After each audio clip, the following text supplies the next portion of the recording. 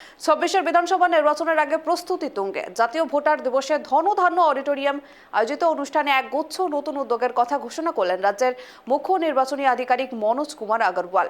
এবার রাজনৈতিক দলের ভরসায় নয়, সরাসরি কমিশনের তরফে ভোটার স্লিপ পৌঁছে যাবে ভোটারদের দোরগোড়ায়। অবাধ ও শান্তিপূর্ণ নির্বাচনের লক্ষ্যে একজোট হওয়ার ডাক দিলেন সিইও। দেখব। বর্ণাঢ্য অনুষ্ঠানের মধ্যে দিয়ে কলকাতায় পালিত হলো জাতীয় ভোটার দিবস। রবিবার ধনধান্য অডিটোরিয়ামের অনুষ্ঠানের আয়োজন করে রাজ্যের মুখ্য নির্বাচনী আধিকারিকের দপ্তর। উপস্থিত ছিলেন CEO Manoj Kumar Agarwal, special role observer Subrata Gupta সহ বিএলও ও ইআরও পদমর্যাদার আধিকারিকরা। আসন্ন বিধানসভা নির্বাচনকে সামনে রেখে এদিন বড়সড় এক পদক্ষেপের কথা জানান সিইও। এবার থেকে ভোটার স্লিপ ভোটারদের হাতে পৌঁছে দেওয়ার দায়িত্ব নিচ্ছে কমিশন। পাশাপাশি 85 ঊর্ধ্ব বৃদ্ধ এবং বিশেষভাবে সক্ষম ভোটারদের জন্য থাকছে হোম ভোটিং এর সুবিধা, অর্থাৎ তাদের আর বুথে যেতে হবে না, কমিশনই পৌঁছে যাবে তাদের বাড়ি। একই সঙ্গে সরব হলেন বিএলও মৃত্যুতে রিপোর্ট না দেওয়া নিয়ে। না আজকেই থেকে অ্যাভেলেবল আছে, কাল রাত্রি থেকে সব আপলোড হয়ে গেছে, কাল রাত্রি থেকে ডাউনলোডিং আরম্ভ হয়ে গেছে।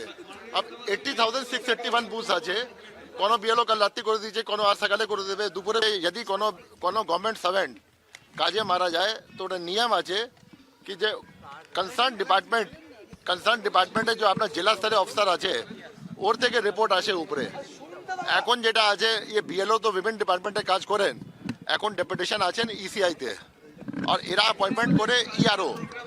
তো ইআরও যখন অ্যাপয়েন্টমেন্ট করেন, যদি কোনো এদের ডেথ হয়েছে কাজ করার সময়, আমাদের ডিউটি করার সময়, তো ইআরও মাধ্যমে রিপোর্ট তৈরি হবে, ওটা ডিও কাছে যাবে।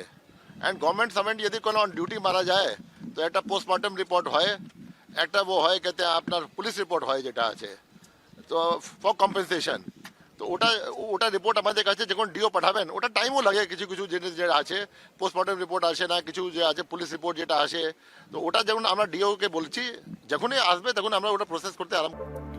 এদিনের অনুষ্ঠানে উপস্থিত ছিলেন বিজেপি ও কংগ্রেসের মতো রাজনৈতিক দলের প্রতিনিধিরাও। ভোটার তালিকা সংশোধন নির্বাচনী প্রক্রিয়ার স্বচ্ছতা নিয়ে তারাও নিজেদের মতামত তুলে ধরেন।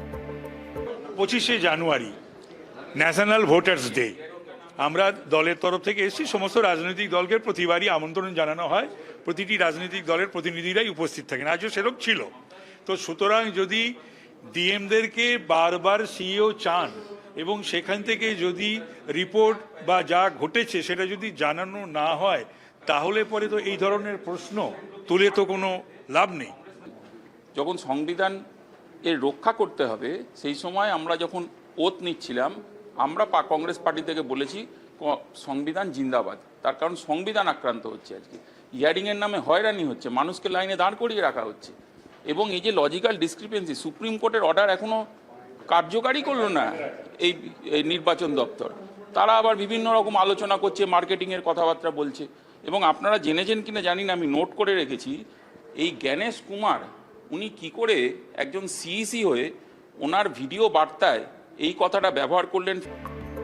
সব মিলিয়ে জাতীয় ভোটার দিবসের মঞ্চ থেকে গণতান্ত্রিক অধিকার রক্ষা এবং স্পষ্ট নির্বাচনের শপথ নিলেন আধিকারিক থেকে শুরু করে রাজনৈতিক ব্যক্তিত্বরা। এখন দেখার 26-এর লড়াই নতুন প্রযুক্তি ও পরিষেবা কতটা কার্যকর হয়। ক্যামেরায় স্বপন রায়ের সঙ্গে অভ্রদীপ দাসের রিপোর্ট, কেটিভি বাংলা, কলকাতা।